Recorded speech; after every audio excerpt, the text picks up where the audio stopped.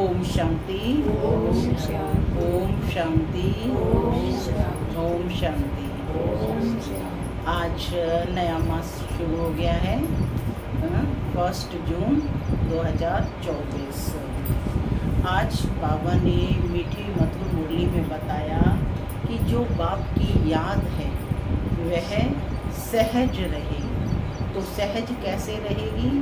चलते फिरते उठते बैठते अपने आप से चिंतन करते रहना है, अपने आप से बातें करते रहना है कि मैं आत्मा हूँ, परम धाम की रहने वाली हूँ।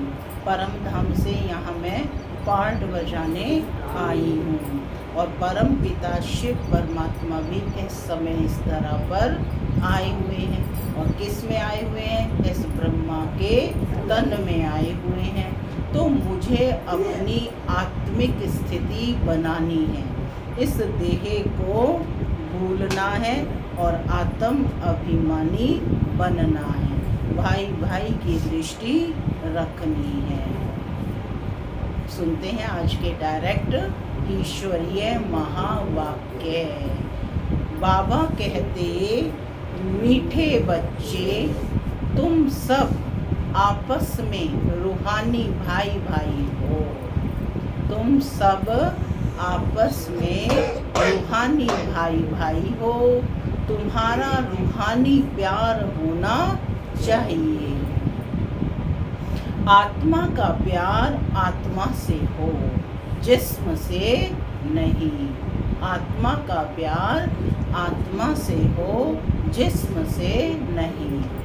आज की मुरली से प्रश्न है, बाप ने अपने घर की वंडरफुल बातें कौन सी सुनाई है? बाप ने अपने घर की, कौन सा है घर? परम धाम। तो वहाँ की वंडरफुल बातें कौन सी सुनाई है? क्या क्या सुनाया बाबा ने? कैसा है परम धाम? कौन सी वंडरफुल बातें सुनाई है? वहाँ पर सुख शांति है। वहाँ शरीर ही नहीं है तो वहाँ सुख शांति की आवश्यकता ही नहीं है। वहाँ तो शांति ही शांति है। सुनते हैं बाबा का उत्तर। बाबा कहते, जो भी आत्माएं मेरे घर में आती हैं वह अपने अपने सेक्शन में अपने नंबर पर फिक्स होती है। देख रहे हैं ना, परमधाम का चित्र सामने है आपके, हैं। वह अपने अपने सेक्शन में अपने नंबर पर फिक्स होती है। वह कभी भी हिलती डुलती नहीं। आत्मा तो जाकर चिपक जाती है, वह कभी हिलती डुलती नहीं। वहाँ पर सभी धर्म की आत्माएं मेरे नज़दीक रहती हैं। वहाँ से नंबरवार अपने अपने समय पर पार्ट बजाने आती हैं। यह वंडरफुल नॉलेज इसी समय कल्प में एक बार ही तुम्हें मिलती है। दूसरा कोई यह नॉलेज नहीं दे सकता। ओम शांति। मैं आत्मा शांत स्वरूप हूँ। शांति मेरा स्वधर्म है। बाबा कहते, मीठे बच्चे अब घर वापस जाना है।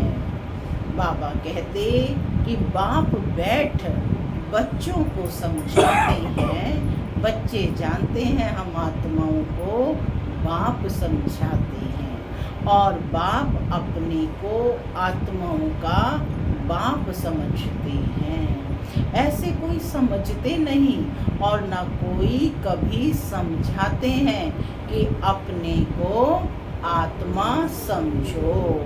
यह बाप ही आत्माओं को बैठ समझाते हैं। इस ज्ञान की प्रारब्ध तुम नई दुनिया में लेने वाले हैं। इस ज्ञान की प्रारब्ध कहाँ मिलेगी?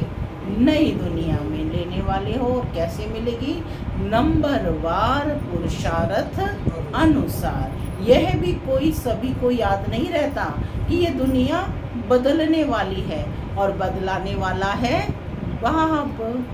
यहाँ तो सम्मुख बैठे हैं। जब घर में जाते हैं तो सारा दिन अपने धंधे आदि में लग जाते हैं। बाप की श्रीमत है क्या श्रीमत है, ध्यान से सुनेंगे।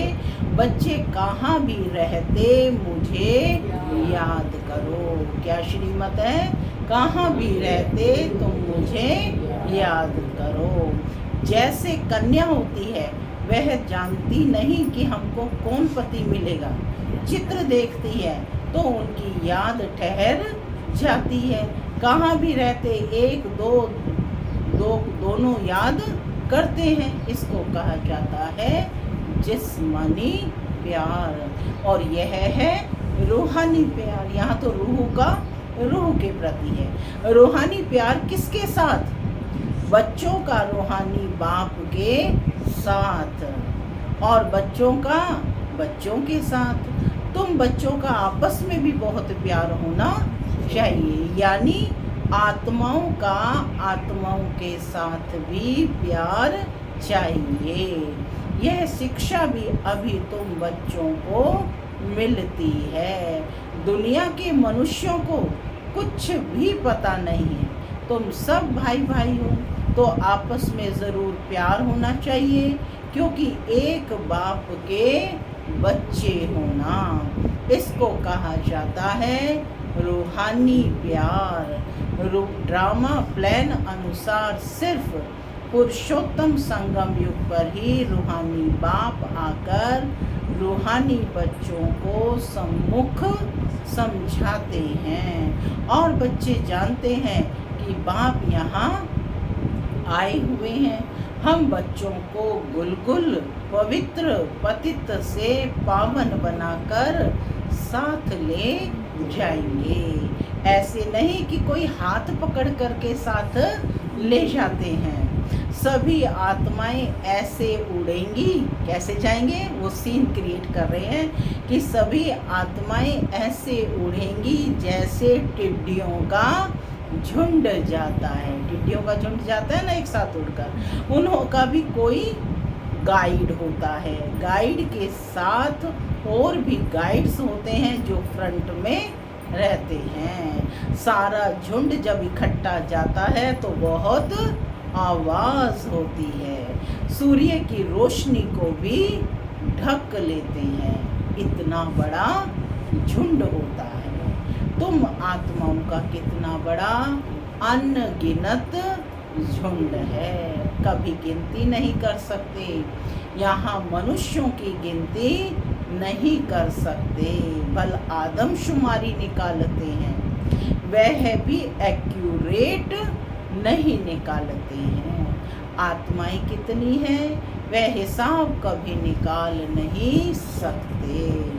अंदाज लगाया जाता है कि सतयुग में कितने मनुष्य होंगे, क्योंकि सिर्फ भारत ही रह जाता है।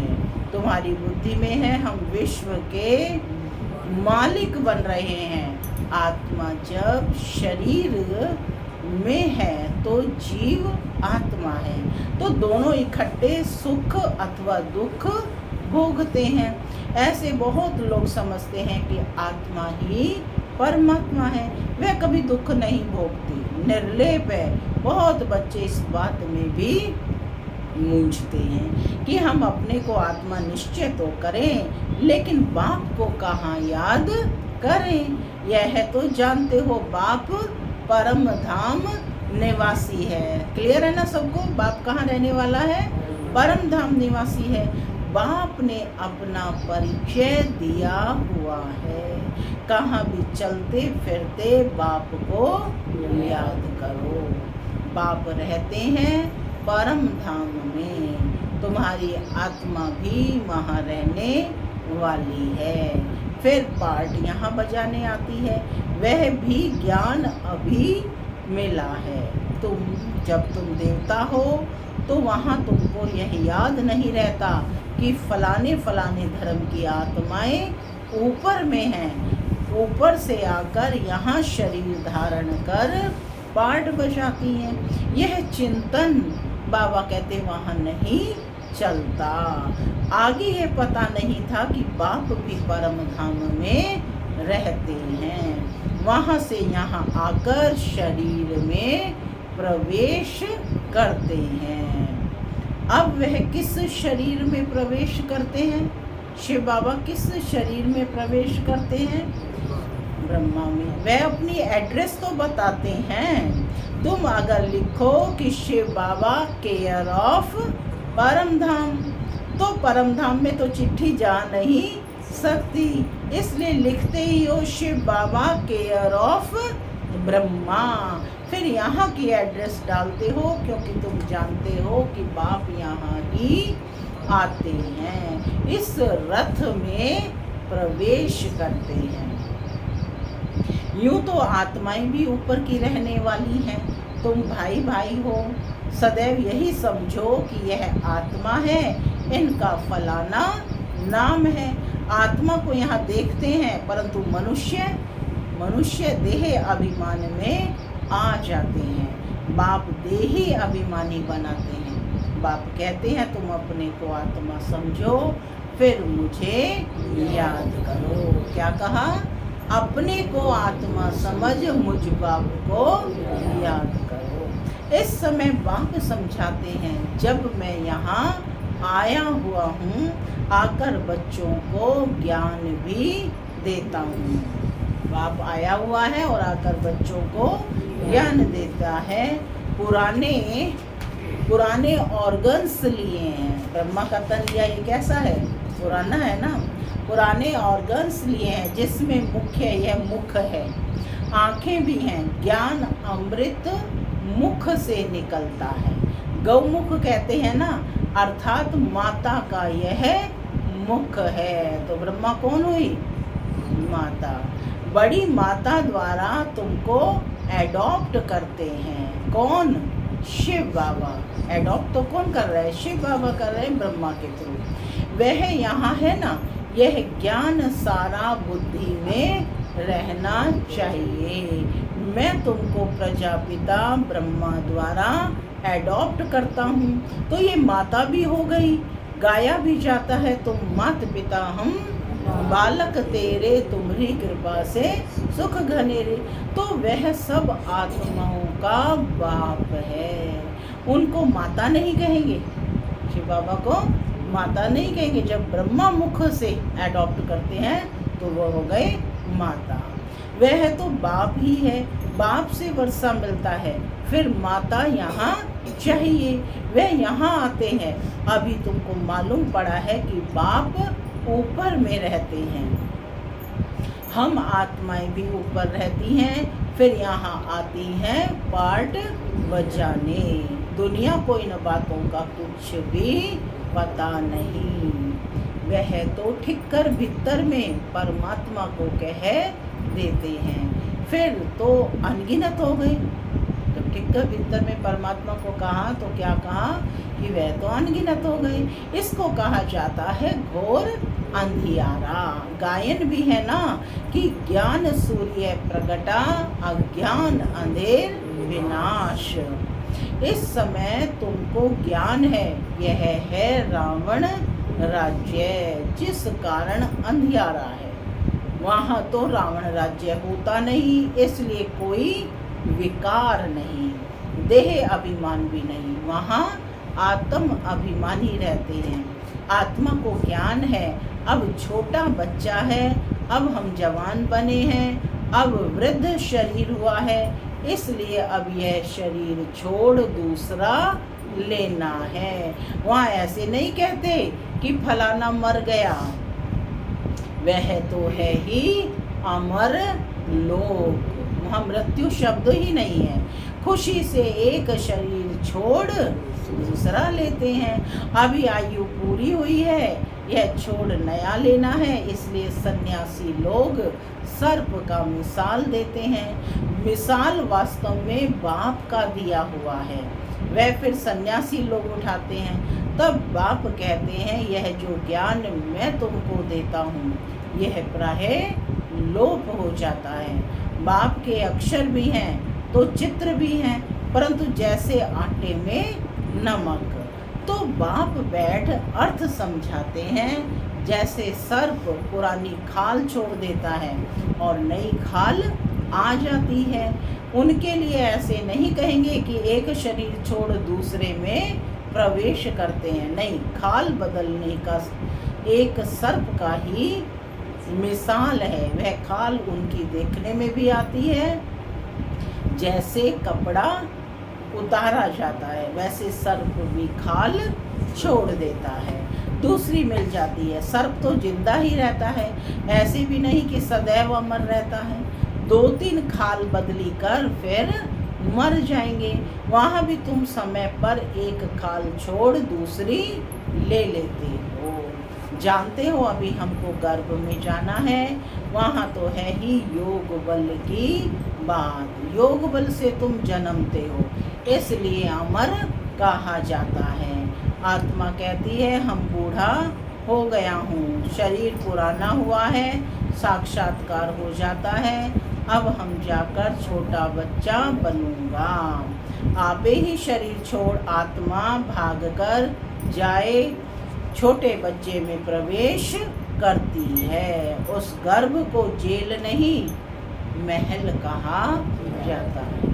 पाप तो कोई होते नहीं हैं जो भोगना पड़े, गर्भ महल में आराम से रहते हैं, दुख की कोई बात नहीं, ना कोई ऐसी गंदी चीज खिलाते हैं जिससे बीमार हो जाएं। अब बाप कहते हैं बच्चे तुमको निर्वाण धाम में जाना है, यह दुनिया बदलनी है, पुरानी से फिर नई होगी, हर एक चीज बदलती है। झाड़ से बीज निकलते हैं, फिर से बीज लगाओ तो कितना फल मिलता है। एक बीज में कितने दाने निकलते हैं। सतयुग में एक ही बच्चा पैदा होता है, योग बल से यहाँ विकार से 4-5 बच्चे पैदा करते हैं। सतयुग और कलयुग में बहुत फर्क है जो बाप बतलाते हैं। नई दुनिया फिर पुरानी कैसे होती है, उसमें आत्मा कैसे 84 जन्म लेती है, यह भी समझाया है।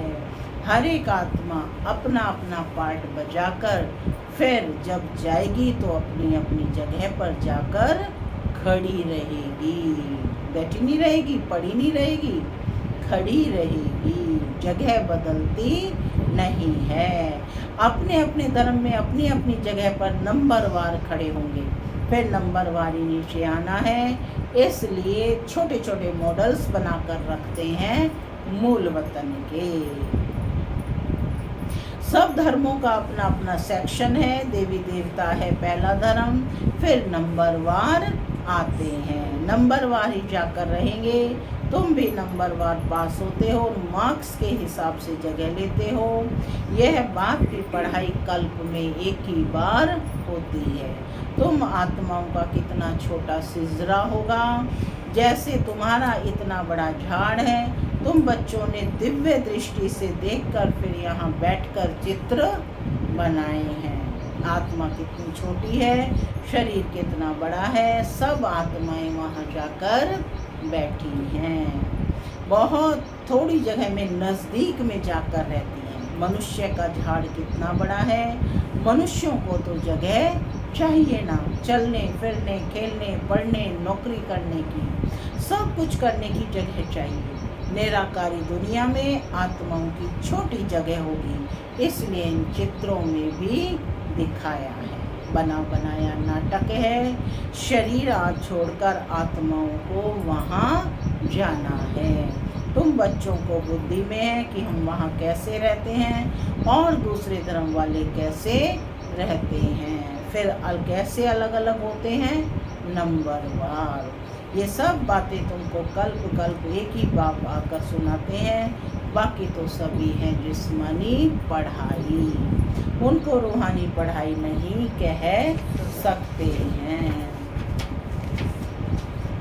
अभी तुम जानते हो हम आत्मा है। आई माना आत्मा, माई माना मेरा ये शरीर।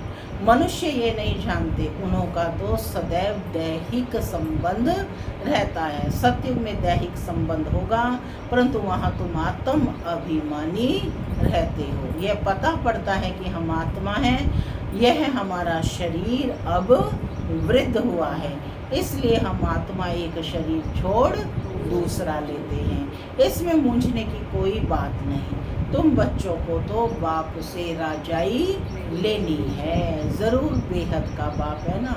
मनुष्य जब तक ज्ञान को पूरा नहीं समझते तब तक अनेक प्रश्न पूछते रहते हैं। ज्ञान है तुम ब्राह्मणों को, तुम ब्राह्मणों का वास्तव में मंदिर भी अजमेर में है।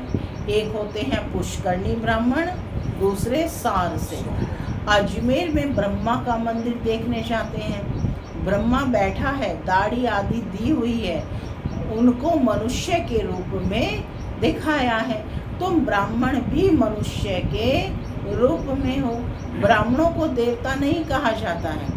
सच्चे सच्चे ब्राह्मण तुम हो, ब्रह्मा की औलाद। वह कोई ब्रह्मा की औलाद नहीं है। पीछे आने वालों को तो यह मालूम नहीं पड़ता है। तुम्हारा यह विराट रूप है, यह बुद्धि में याद रहना चाहिए। यह सारी नॉलेज है जो तुम कोई को अच्छी रीति समझा सकते हो। हम आत्मा हैं, बाप के बच्चे हैं। ये यथार्थ रीति समझकर यह निश्चय पक्का पक्का होना चाहिए। यह तो यथार्थ बात है। सभी आत्माओं का बाप एक परम आत्मा है। सभी उनको याद करते हैं, हे भगवान। मनुष्यों के मुख से जरूर निकलता है। परमात्मा कौन है यह कोई भी नहीं जानते हैं। जब तक कि बाप आकर समझाएं। बाप ने समझाया है कि लक्ष्मी नारायण जो विश्व के मालिक बनते हैं, यही नहीं जानते थे तो ऋषि मुनिया फिर कैसे जान सकते हैं ना। बाबा कह रहे हैं कि जब लक्ष्मी नारायण को ये नॉलेज नहीं है तो फिर ऋषि मुनि कैसे जान सकते हैं। अभी तुमने बाप द्वारा यह जाना है। तुम हो आस्तिक, क्योंकि तुम रचयिता और रचना के आदि मध्य अंत को जानते हो। कोई अच्छी रीति जानते हैं और कोई कम। बाप सम्मुख आकर पढ़ाते हैं। फिर कोई अच्छी, तो बाप कहते हैं कि बाप सम्मुख आकर पढ़ाते हैं, फिर कोई अच्छी रीति धारण करते हैं और कोई कम धारण करते हैं। पढ़ाई बिल्कुल सिंपल भी है, बड़ी भी है। बाप में इतना ज्ञान है जो सागर को शाही बनाओ तो भी अंत नहीं पाया जा सकता। बाप सहज करके समझाते हैं। बाप को जानना है, स्वदर्शन चक्रधारी बनना है बस। अच्छा, मीठे मीठे सिके लगे बच्चों प्रति माता पिता याद प्यार और गुड मॉर्निंग। रूहानी बाप की रूहानी बच्चों को नमस्ते। हम रूहानी बच्चों की रूहानी माता पिता बाप दादा को याद प्यार गुड मॉर्निंग, नमस्ते नमस्ते।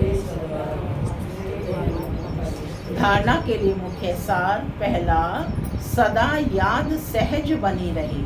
उसके लिए चलते फिरते यह चिंतन करना है कि हम आत्मा हैं, परम धाम निवासी आत्मा यहाँ पाठ बजाने आई है। बाप भी परम धाम में रहते हैं, वह ब्रह्मा तन में आए हैं। दूसरा पॉइंट है, जैसे रूहानी बाप से आत्मा का प्यार है, ऐसे आपस में भी रूहानी प्यार से रहना है।